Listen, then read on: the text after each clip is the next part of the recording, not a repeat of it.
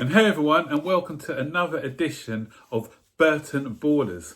And obviously we're in the international break, and I'm going to be doing an international roundup for you, where some of the names I'm going to be talking about today are Mason Mount, Billy Gilmour, Thiago Silva and Reece James. But before I get into this video, guys, you know the drill. Please like this video, subscribe to the channel, turn on all post notifications so you'll be notified every time we make a new video.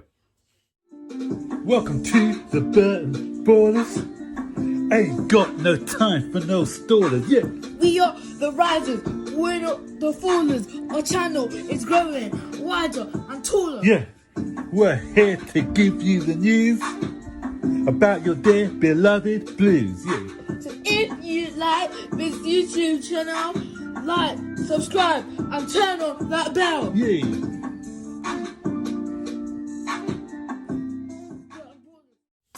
So guys, international break, and I'm going to be speaking Mason Mount once again, because Mason Mount is somebody who gets a lot of unfair criticism by a lot of supporters. He gets it from Chelsea supporters, and now he's getting the same treatment from England supporters as well. And these are people, obviously there's a lot of people who do not know anything about the game, because Mason Mount is somebody who is underrated by a lot of our fan base and a lot of other fans, but every professional and all managers and pundits think he's a superb player. So who would I rather listen to? Some fans or the people who know about the game, the professionals? I prefer to take the view of the professionals.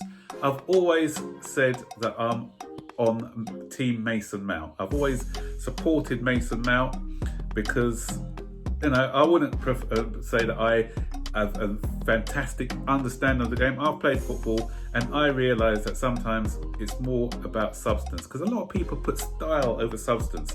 You know, the reason that's why the likes of Jack Grealish, and even in our team they're more towards Callum Hudson-Odoi or Kovacic, because they are just looking at how many dribbles somebody could do, how many step overs somebody could do, how many Rabonas somebody could do. So they don't appreciate the other side of the work rate, and people are willing to put in the effort and who are tactically aware, you know, and can follow instructions. They don't like those sort of players. They just want these, you know, players who are aesthetically pleasing. And even that's a bit unfair, because even I think that Mason Mount, he's got a lot in his locker. Okay, he's not going to do 50 step overs in the game, but his passing range is world class. You know, short passes, long passes, passes between the line. He's quick thinking. He's got a good shot on him as well, and he has got a skill or two. You know, he doesn't display vast array of skills like your Grealishes or Hudson-Odois may do, but he has got some skills in his locker as well. And a lot of people are saying, look at this Jack Grealish or him, but even Jack Grealish himself said they're not vying for the same position. So I'll play a little bit of something that Jack Grealish has said about Mason Mount. This is thanks to Football Daily, so listen to this. I love Mason. It's a bit annoying actually, because he probably gets a little bit of stick at times from it. But I've always been close with Mace. I think he's an absolutely terrific player, and I don't really think we're even fighting for the same spot, to be honest. But yeah, like I said, I think if anything, Mason's underrated, and he deserves all the credit he gets. And I think people that know about football will understand just how good he is. So as you can see, Jack Grealish rates him as a player as well. He feels that the criticism is unfair, and he said they're not even fighting for the same spot anyway. So Mason Mount played for England yesterday in a deeper position, similar to the position he's playing for Chelsea now, and that sort of number 8 role. And he was again named man of the match for the game. The only time I've actually been critical of Mount, and not even Mount, is more so probably Lampard, more so than Mount, is when he gets played out on the wide. I don't think the wide position suits his game. He's more of a number 8 guy. So in that, you know, played in the proper position, I think that he can excel. But when we kind of shoehorn him into the left wing role or the right wing role, then that's my only concerns. And The other concern I had about him was when Frank Lampard, I thought, was overplaying him a bit. He's still only 21, I think. So there are games where I think that he could have been rested. Frank's doing a bit more of that now. He's sort of found his position in that number 8 role, and he's not playing week out and week in, week out. He's been rested for a few games, and I think you're going to see a better, stronger Mason Mount if he doesn't have to play every single game. And so, but Mason Mount's not worried about the criticism. I've done a couple of videos on Mason Mount before, and he's got such a strong character anyway. I was reading something yesterday. He said he doesn't even look at social media. So I don't know what point people are trying to prove by just bad mouthing him on social media, etc. But this guy, nothing's going to faze him. From what I've seen of him and read about him, this guy's going all the way to the top. So he's here to stay, guys. So please just get off his back. Billy Gilmour.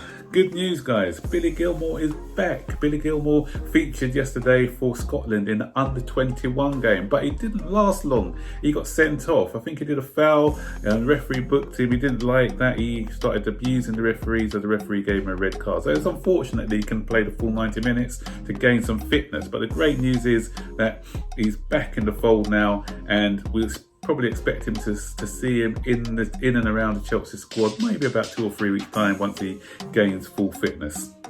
And Scotland, congratulations to Scotland as well, because they got through to the Euros in a nail-biting match yesterday against Serbia. So if Billy Gilmour plays for Chelsea more this season, Billy Gilmour play more? Okay, so if he plays a bit more, then he may actually be featuring in the Euros. So that'd be good if he can get into that first team squad for Scotland.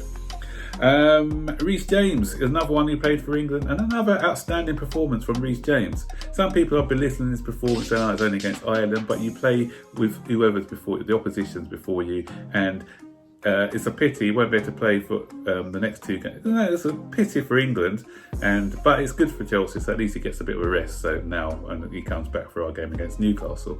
But he's going to be challenging Trent for that spot. I could see, actually, if he carries on with this meteoric rise to the top like we're seeing, and his performances are stellar, then I can see him actually playing as the right back and then moving Trent to be playing in the midfield position to cater for both of them, because both of them are too good to be left out of the England team set up at the moment.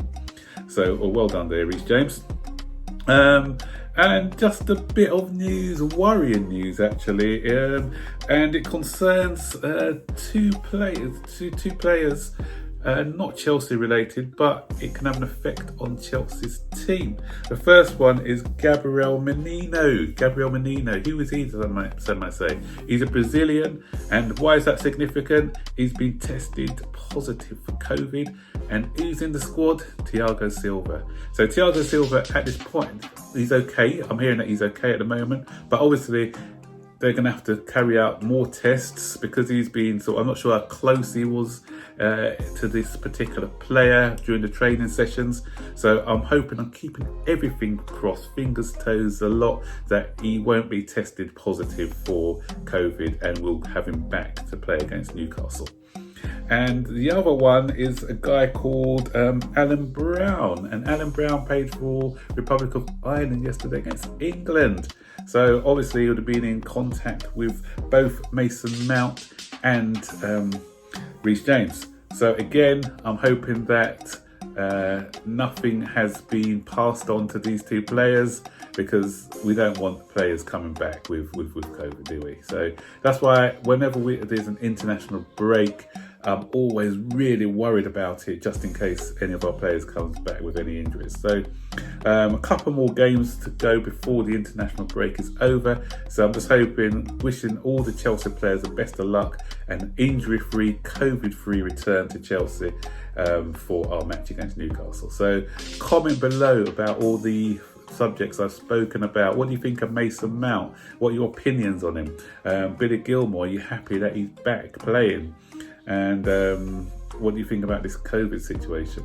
I'd like to read your comments, so just put them in the comment section. And don't forget, guys, to like, subscribe, turn on all post notifications so you'll be notified every time we make a new video. Okay, take care. Have a good weekend.